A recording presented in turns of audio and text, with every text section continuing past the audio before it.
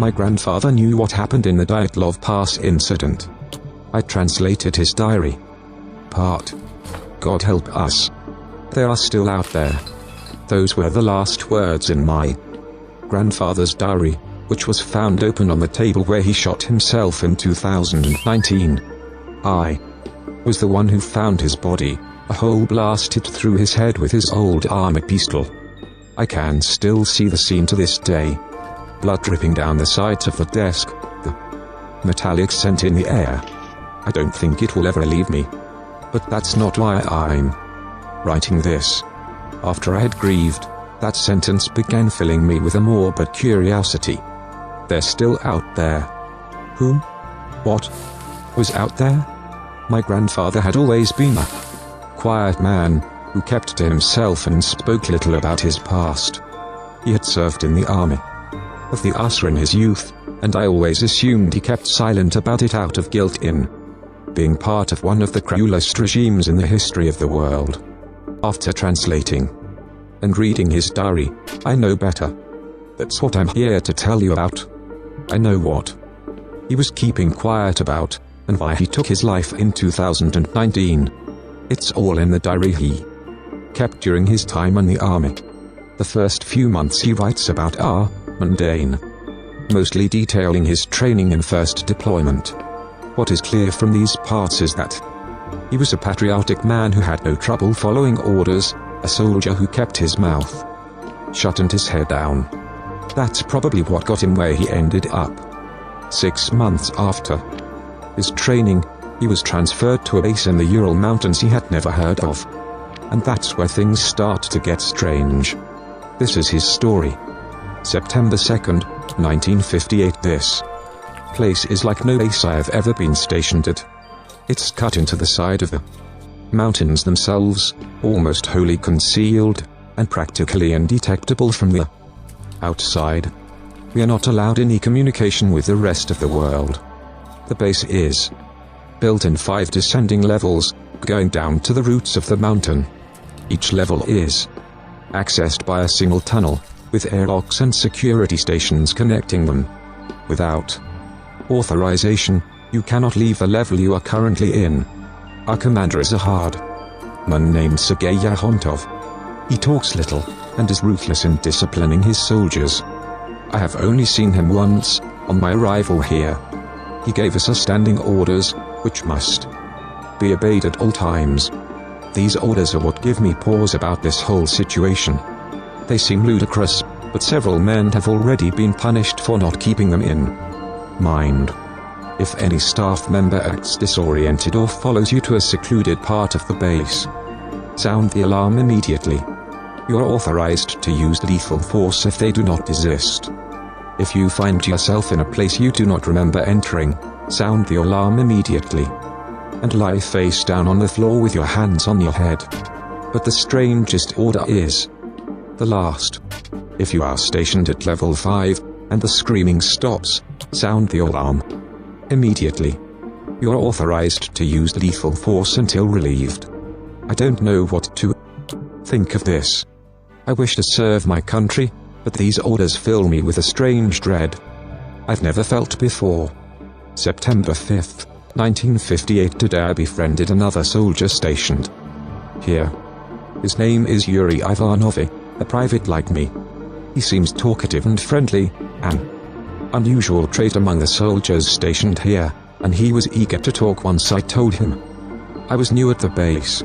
We were discussing the strangeness of the place, and the secrecy surrounding it, when I summoned the courage to ask him about what our purpose here was. Yuri, I began carefully. Do you know anything about what this place is supposed to be? What is level 5? And what is that screaming the orders mention? Yuri's smile faded. He leaned in closer to me. It's best you don't ask about level 5, Mitchell, he said under his breath. Nothing good ever comes of talking about that place. Keep your head down, and you might be lucky enough never to go down there. My skin crawled. Yuri was usually a quite amiable man, but now he was deadly serious. What's level 5, though? Have you ever been sent down there? I haven't. No. He answered. Thank God. But I know someone who has. What happened to him? I asked, realizing I too was instinctively whispering. He came back, but he was never the same. Yuri answered sadly. He's been changed. Ever since. Even the fact he came back is not common. Many soldiers sent to level 5 never return. Did he ever tell you about what he saw there? Only one thing. 5 years, he told me. They've been screaming in the caves for 5 years. Yuri would tell me no more, and left me at my post with more questions than answers. September 11th, 1958. Yesterday we were sent on patrol in the area surrounding the base. The surrounding mountains are an icy wasteland, and I was freezing within minutes of setting foot outside. Yuri was in our unit. He had regained his usual happy demeanor since a conversation, and seemed almost untroubled by the biting cold. Our orders were simple: if we met anyone, we were to make sure they came nowhere near the mountain. We were to remain hidden if possible, but if we found any hikers going in the direction of our base, we were authorized to use any necessary measures to dissuade them. I hoped it wouldn't come to that. We only came across a single group of travelers, and thankfully they were going in a direction which would take them away from our base. We departed shortly after making sure they weren't a threat. Whatever it is we are guarding here, it is so dangerous that even the lives of Soviet citizens are a worthy price to pay for keeping it secret. September 14th, 1958. Today, Yuri introduced me to the soldier who had been to level 5. It was a complete accident that all 3 of us were stationed at the same guard post. Yuri, always talkative, took no time in starting a conversation to make the hours go by faster. The soldier's name is Ivan. He is a thin man, with nervous eyes that flick from side to side constantly. He talks in an anxious whisper. Yuri wasn't lying. Whatever Ivan saw at level 5, it has left him changed forever. Yuri wouldn't let me talk with him about his time there. But I didn't even want to, once I saw the man's state of mind. It would be cruel to remind him of something so obviously traumatizing. But even so, I left the meeting more anxious about this place than before. Ivan wouldn't stop whispering to himself. It was quiet, under his breath, but I made one sentence out clearly enough. 5 years, 5 years, 5 years. It's been inside them, in the dark, for 5 years. The next few months go by with not much interesting happening. My grandfather spends most of his time either out on patrol in the surrounding areas or on guard duty in various parts of the base. He is never sent down to level 5, and doesn't inquire more about it. The next interesting entry is in mid-December.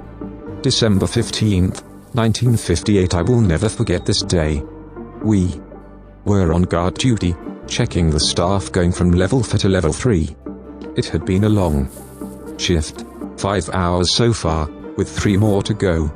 It was nearing midnight, when things started going to shit. It was a quiet moment, and the corridor was empty except for me and Yuri, when the man appeared. He was a researcher, not a soldier. Balding, with a pair of spectacles and a round, red face.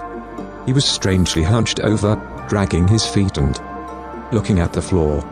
I figured he was simply tired after a long shift. Papers, please, comrade, I asked him as he came up to my post. He looked up at me, and I started back. His eyes were red and bloodshot, darting from side to side. Just like Ivan's.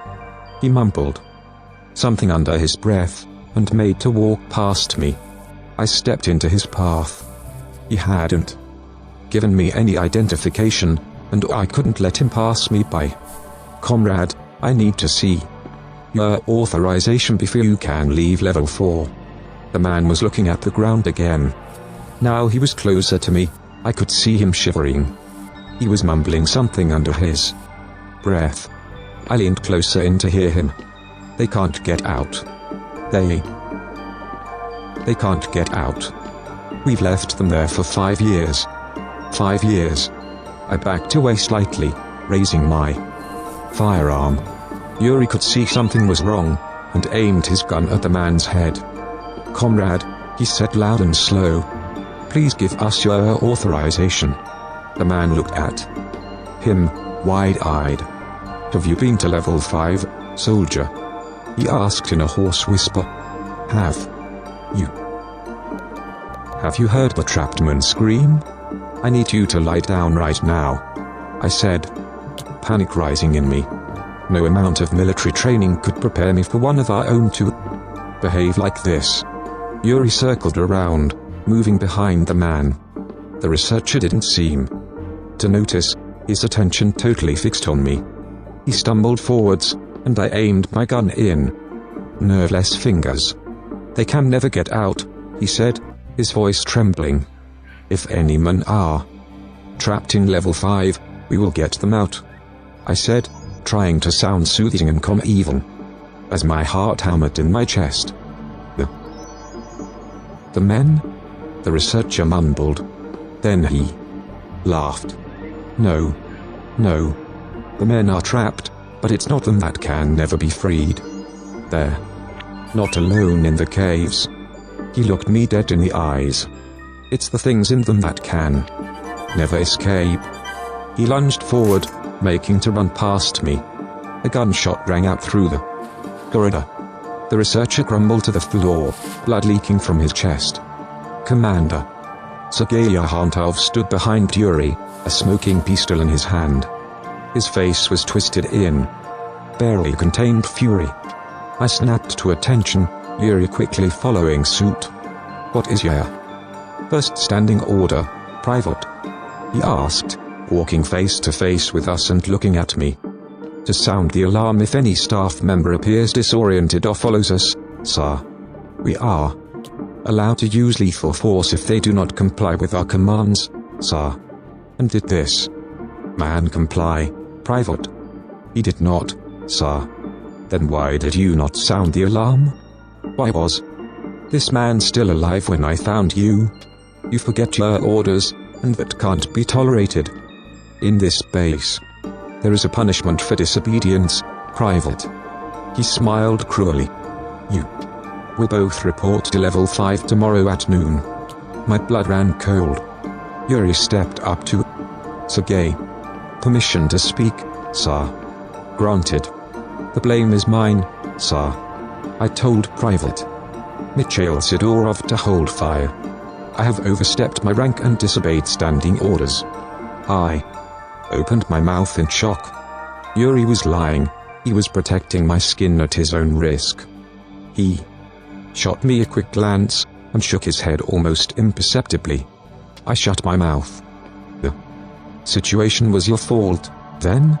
Sergei asked him slowly. "Yes, sir." "Then you will report to level 5 tomorrow, alone. Now continue in your task. A cleanup team will arrive shortly to dispose of this body." With that, he walked off. I turned to Yuri, once Sergei was out of earshot. "Are you mad? I'm to blame too. You can't take the fall for this. You know what level 5 did to Ivan, and to the researcher. You can't possibly keep calm." "Mikhail." Yuri cut me off. I could tell he was trying to remain casual, and managing so with great difficulty. "There's no reason for two of us to go down there if we can avoid it. I'll be fine, don't worry. It can't be as bad as everyone would if you believe." He smiled dryly. "Besides, this way I can tell you about what's down there when I get back." The rest of our guard shift was carried out in silence. Yuri then departed to his bunk to catch some sleep before he has to report to level 5. But I cannot sleep. I can't stop thinking about what could be waiting down there, and what my friend might come back like. If he comes back at all. December 16th, 1958. Yuri has not yet returned from level 5. It's almost midnight, and I still haven't seen any sign of him. December 17th, 1958. Still no sign of Yuri. I can't sleep. I stay awake for hours wondering if he's alright. December 1958. Yuri still hasn't come back. What is happening down there? December 20th, 1958. Today I couldn't take it anymore. When my guard duty ended this evening, I managed to catch Commander Yahuntov while he was on his way to the officers' quarters. Permission to speak, sir. My voice was hoarse with trepidation of this conversation. He looked at me, a sort of apathetic curiosity coming over his face. He glanced down at my name tag, granted. Private Sidorov. Sir, 5 days ago my friend, Private Yuri Ivanovich, was sent to level 5. He hasn't come back since then. I am worried about him. Sergei looked in my eyes, his face unreadable. And what do you wish from me, Private? I want to know whether Yuri is alive, sir. Whether he is alright. I said. My mouth was dry, and my throat clenched as Sergei looked at me, a all too familiar anger building behind his eyes. You are aware that discussing our work here is not recommended, and you, Private. I had gone too far to back out now. I could only press on. Yes, sir. I am. Then listen well to me. Mikhail Sidorov. Whether your friend is or isn't alive is of no concern to me or our task here. Our only job is to keep level 5 secure. That is what we are here to do, and I will gladly send everyone in this base to their death if it means the task is carried out. Sergei's voice was getting louder and louder, until he was shouting at the top of his lungs, spittle flying into my face. Completely unknowingly, I had touched on a subject which I should have never opened with him. Sir, I began, trying to apologize. Sergei wouldn't have it.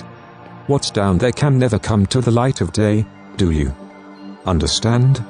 If your friend shot himself after what he heard there, it is a low price to pay. Never forget that. With that, he turned and stormed off. I might have made a huge mistake today.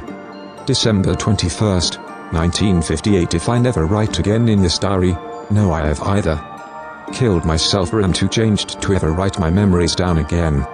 This morning, we received our orders for the day, as usual.